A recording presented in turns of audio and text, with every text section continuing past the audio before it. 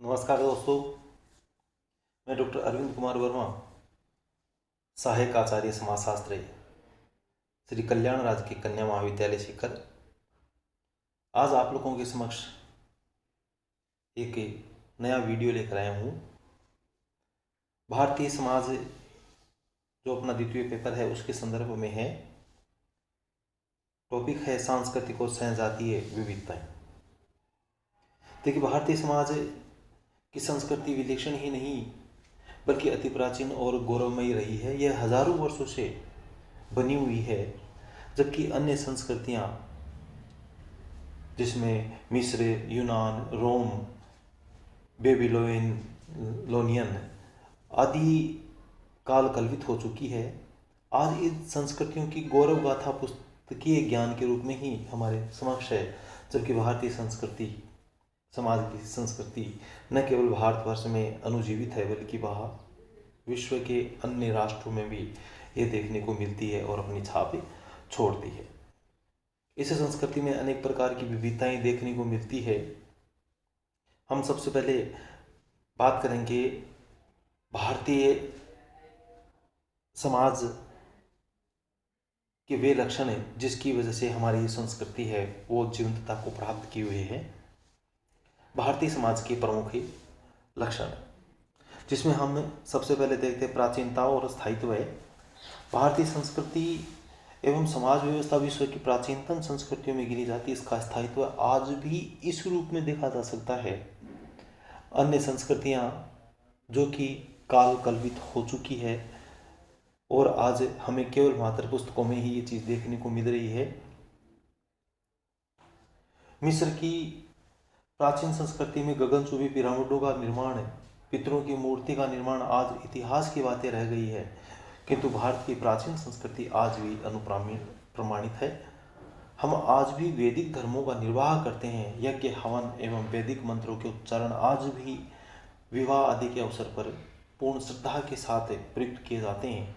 भारतीय समाज में गांव, पंचायत, जाति प्रथा, संयुक्त परिवार आदि प्रणालियां आज भी विद्यमान है। यानी कि हमारी संस्कृति है वो प्राचीन संस्कृति है और वर्तमान समय में भी अपने अस्तित्व को बनाए हुए है। हजारों वर्षों के बाद में भी आज पुनर्जन्म, धार्मिक संस्कार, आध्यात्मिकता आदि के सिद्धांतों को हमारा समाज है वो स्वीकार करता है। अनेक उत्थान और पतन, विदेशी आक्रमण यहाँ पर हुए, उसके पश्चात भी सत्य, अहिंसा, अस्तेय, अपरिग्रह इन सिद्धांतों को, बुद्ध महावीर के अहिंसा व शांति के उपदेश, गीता का कर्मयोग का सिद्धांत है, इन सबको हम आत्मसात करते हैं। तो इस प्रकार भारतीय संस्कृति केवल मात्र प्राचीन ही नहीं वर्ण स्थायित्व को भी प्राप्त किए हुए है।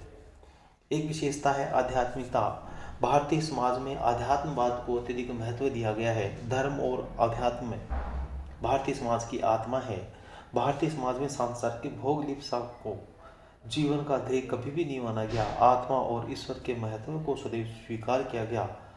आध्यात्मिकता को सर्वोपरि आनंद माना गया और इस रूप में हम आस्तिक संस्कृति वाला समाज है। वैदिक कर्मकांड, गीता के अमृतमय उपदेश, बौद्ध व जैन धर्म की साधना इसकी आस्तिकता के महत्व को स्पष्ट करते हैं। भारतीय आध्यात्मिक चिंतन में कर्म पुनर्जन्म का सिद्धांत है। इसे अन्य समाजों से भिन्न करता है और व्यक्ति को ये उपदेश देता है कि व्यक्ति है जैसा कर्म करेगा उसको प्रतिफल के रूप में उसी प्रकार की योनि प्राप्त होगी। इस प्रकार हम आध्यात्मिकता में पूर्ण विश्वास रखते हैं। सहिष्णुता, भारत में सभी धर्मों, जातियों, प्रजातियों एवं संप्रदायों के प्रति परस्पर सहिष्णुता और सम्मान पाया जाता है। किसी के प्रति कोई द्वेष की भावना या भाव देखने को नहीं मिलता है।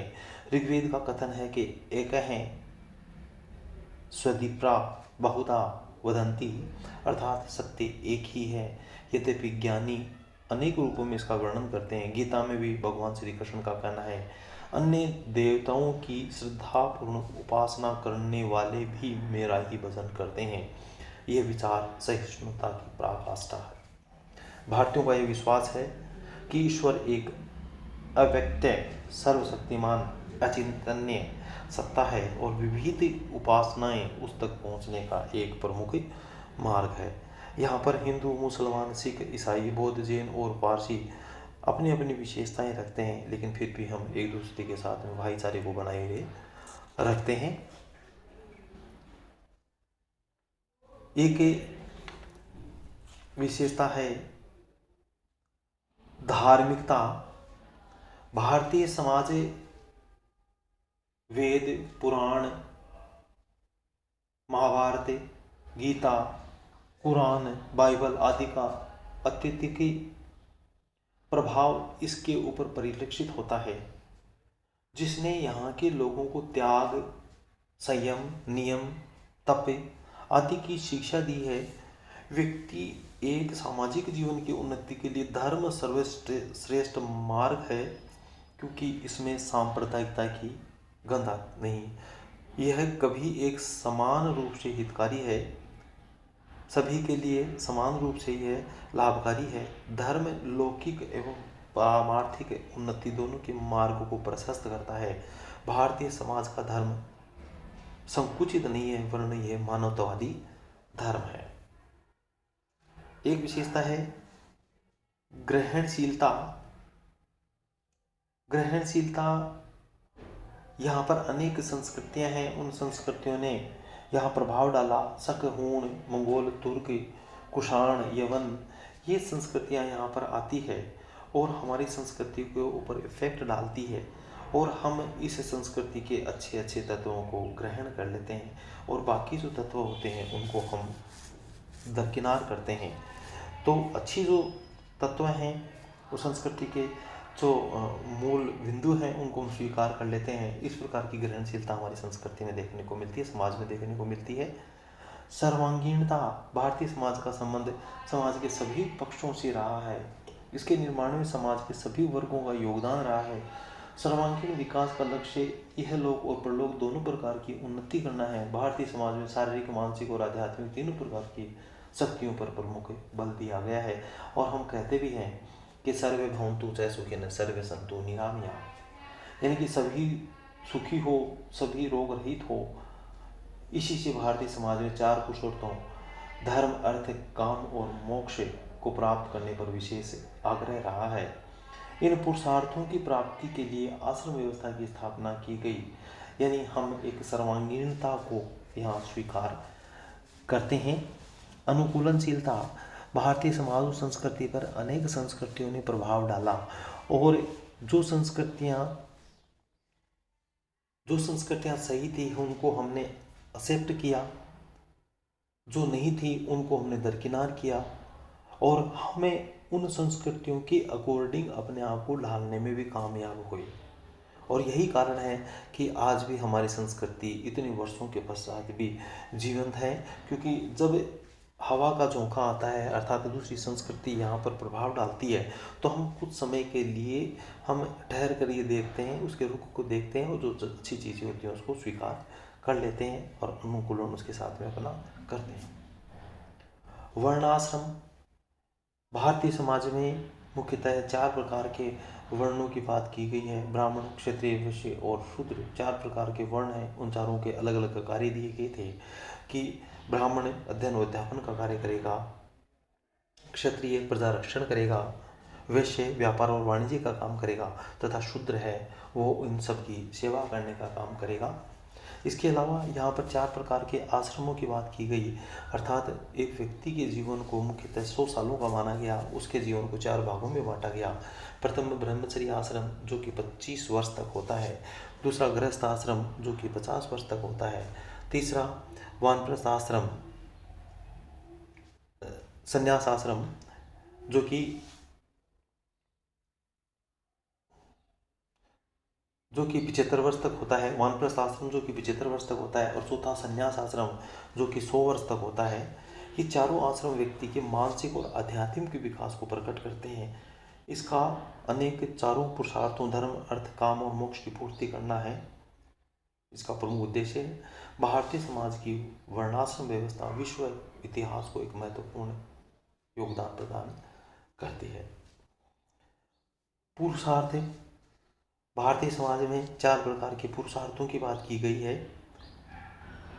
ये व्यक्ति के जीवन के 4 प्रमुख आधार माने गए हैं: धर्म, अर्थ, काम और मोक्ष। धर्म नैतिक दायित्वों के निर्वाह से संबंधित है। अर्थ वे साधन है जो व्यक्ति की आवश्यकताओं की पूर्ति करते हैं। काम जीवन के आनंद को परिलक्षित करता है। और मोक्ष इन तीनों पुरुषार्थों के पश्चात आता है, जिसका अर्थ पूर्ण तुष्टि से, संतुष्टि से लिया जाता है। एक है कर्म और पुनर्जन्म। कर्म में व्यक्ति को सदैव सदकर्म करने चाहिए, अच्छे कृत्य करने चाहिए।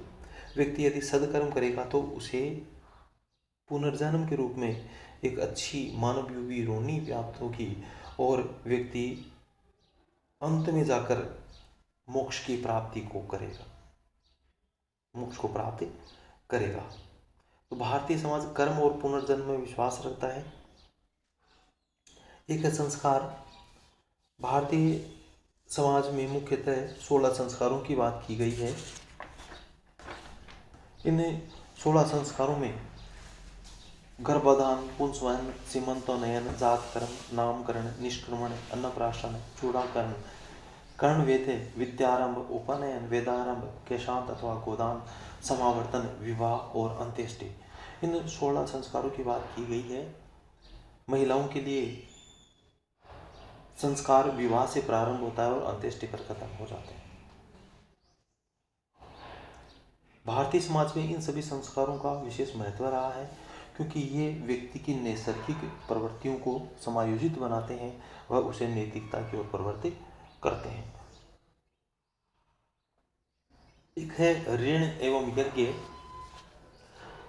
व्यक्ति पर मुख्यतः 5 प्रकार के ऋण होते हैं और इन ऋणों से उन्नत होने के लिए उसे 5 ही प्रकार के यज्ञ भी करने पड़ते हैं। देव ऋण, ऋषि ऋण, पितृ ऋण, अतिथि ऋण एवं नृ ऋण। इसी प्रकार उसे 5 प्रकार के यज्ञ करने पड़ेंगे। देव यज्ञ, ऋषि यज्ञ, पितृ यज्ञ, अतिथि यज्ञ और नृ यज्ञ। मनुष्य अपने दायित्वों का भलीभांति निर्वाह करके इन ऋणों से मुक्ति पा सकता है। जाति व्यवस्था। भारतीय समाज वर्ण एवं जातियों में विभक्त है और प्रत्येक के अपने अपने व्यवसाय, रीति रिवाज, रहन सहन के तरीके एवं कर्तव्य निश्चित हैं। जाति व्यवस्था के निश्चित प्रतिबंध और विशेषाधिकार है। इसमें जाति पंचायत, विवाह संबंध आदि के अलग अलग तरीके होते हैं, जिसका उल्लंघन करने पर व्यक्ति को दंडित भी किया जा सकता है। संयुक्त परिवार। संयुक्त परिवार का तात्पर्य 2 या 2 से अधिक पीढ़ियों के लोग अथवा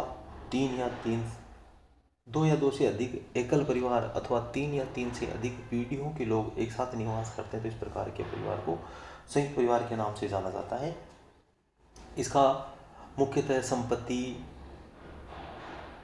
धार्मिक स्थल, पूजा पाठ, रसोई ये सामूहिक होते हैं। एक है विविधता में एकता। भारतीय समाज विविधता में एकता वाला समाज रहा है। भारतीय समाज एक विशाल समाज है, कश्मीर से लेकर कन्याकुमारी तक, और यहाँ अनेक प्रकार की भाषाएं, धर्म, व्यवसाय, रीति रिवाज, रहन सहन, जनसंख्या, भौगोलिक पर्यावरण आदि के आधार पर अनेक विभिन्नताएं दृष्टिगोचर होती है, लेकिन इन विविधताओं के उपरांत भी संपूर्ण भारतीय समाज एक है, जिसके कारण ही यह आज भी जीवित है। धन्यवाद।